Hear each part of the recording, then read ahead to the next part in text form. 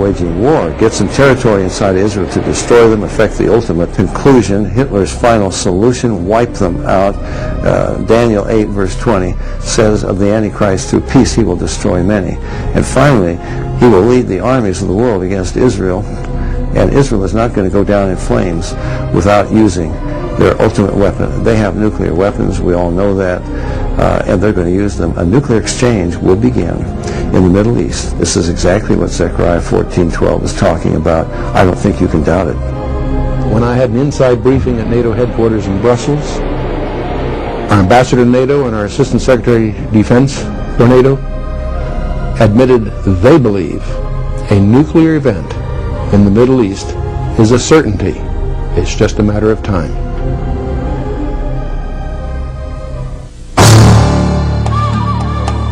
The Bible predicts the moral state of mankind at the end of the age.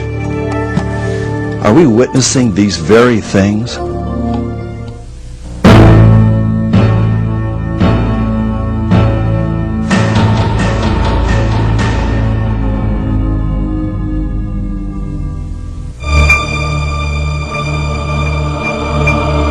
Jesus said in Matthew 24, verses 4 and 5, that in the last days many would come in his name, proclaiming that they were the Christ, and would deceive many. As I've traveled around the world in the past several years, I've actually encountered people who are following leaders who proclaim that they are the Christ. And this is not just happening in one or two countries, this is happening worldwide. For example, while I was speaking in Moscow, an individual jumped up, interrupted the meeting, and said that what I was telling them about the Bible wasn't true, that they were following the Messiah, the true Messiah, and what he was telling them was the truth, and that the people should follow that message rather than the Bible. There was an itinerant preacher, ex-carpenter, had never been outside of the little tiny country of Israel, and he dared to say, in the last days, many will come in my name. They're not going to call themselves Buddha. They're not going to call themselves Confucius. They're going to call themselves the Christ. That was pretty audacious. And yet we've got all kinds of people today who claim to be Jesus Christ. I'm God. You people that interviewed this gentleman today, I don't think you knew who you interviewed, but you interviewed God. Their lives cut short by a madman claiming to be God.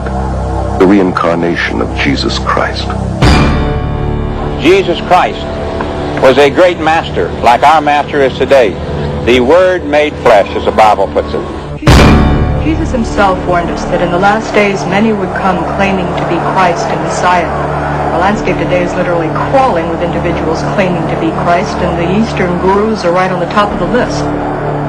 We have seen so many people today who are making claims to being the Messiah. The latest being Farrakhan, who has just announced that he is the modern-day Messiah. And many are being deceived. Jesus said, for false messiahs and false prophets will rise. They'll show great signs and wonders and deceive, if possible, even the elect. There are so many today in the New Age movement who are claiming to be the messiahs or claiming to be channeling the wisdom of the messiahs for these days. There is the Shirley MacLaine declaring that she is God. It's an amazing thing to me, again, the lies that men will believe once they've rejected the truth. The words of Christ are being fulfilled before our eyes. These are the signs of the last days, according to Jesus.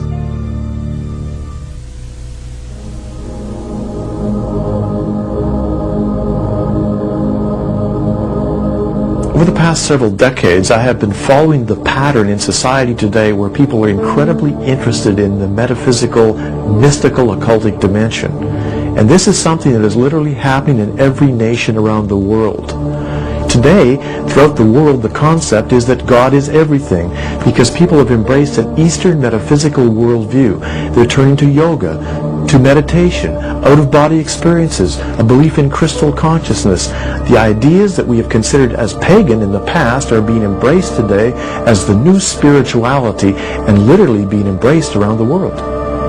1 Timothy 4 verse 1 says, now the Spirit expressly says that in latter times some will depart from the faith, giving heed to deceiving spirits and doctrines of demons.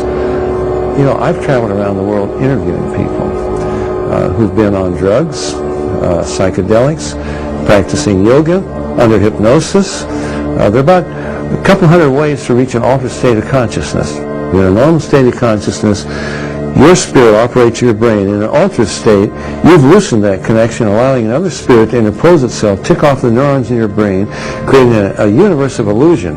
It talks about they will give heed to seducing spirits and doctrines of devils. One of the big things today is channeling, communication with spirit beings. It's in the business world. And as I said, I've traveled around the world interviewing people, and I can tell you this, there is a commonality of the information that comes to them. They all get the same revelation from these spirit entities. Paul talked about the doctrines of demons, 1 Timothy chapter 4, verse 1, that would be involved in a deception which would also occur in the name of Christianity. He talked about many people that would lead people astray, and this was what we see taking place. One of the greatest deceptions that is occurring in our time is happening in the name of Christianity as people are embracing a form of Christianity based on extra-biblical experiences.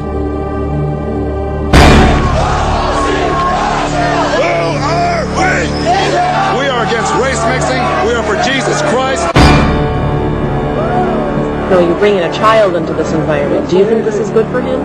I know this is good for him. The Bible says bring that child up in the way it should go. This is the way. There was something else completely controlling my body. All kinds of strange things are happening in the name of Christianity. We see the rise of satanic worship, of the satanic cults.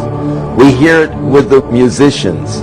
We see it invading the culture of the youth today.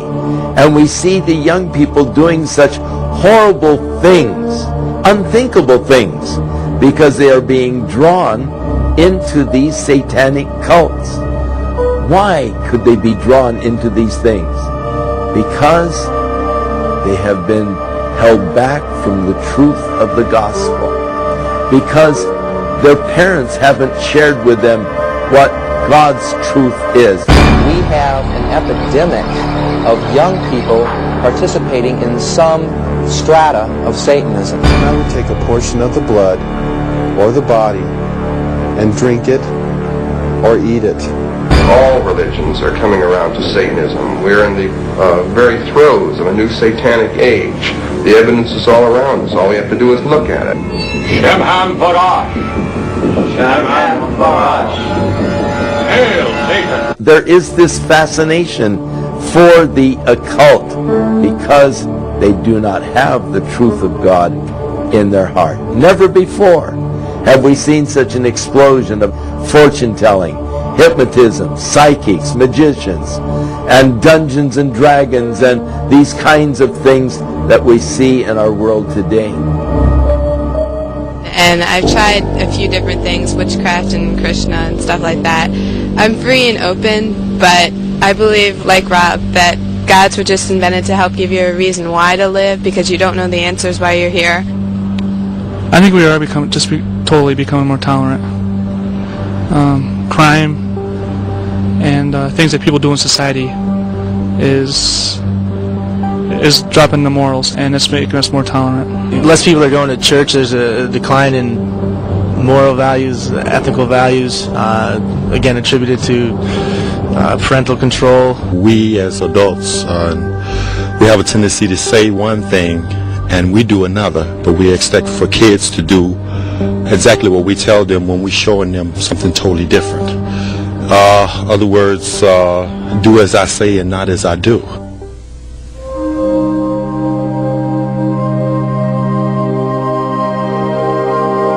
In 2 Timothy chapter 3 we read, "But know this, that in the last days perilous times will come. For men will be lovers of themselves, lovers of money, boasters, proud, blasphemers, disobedient to parents, unthankful, unholy, unloving, unforgiving, slanderers,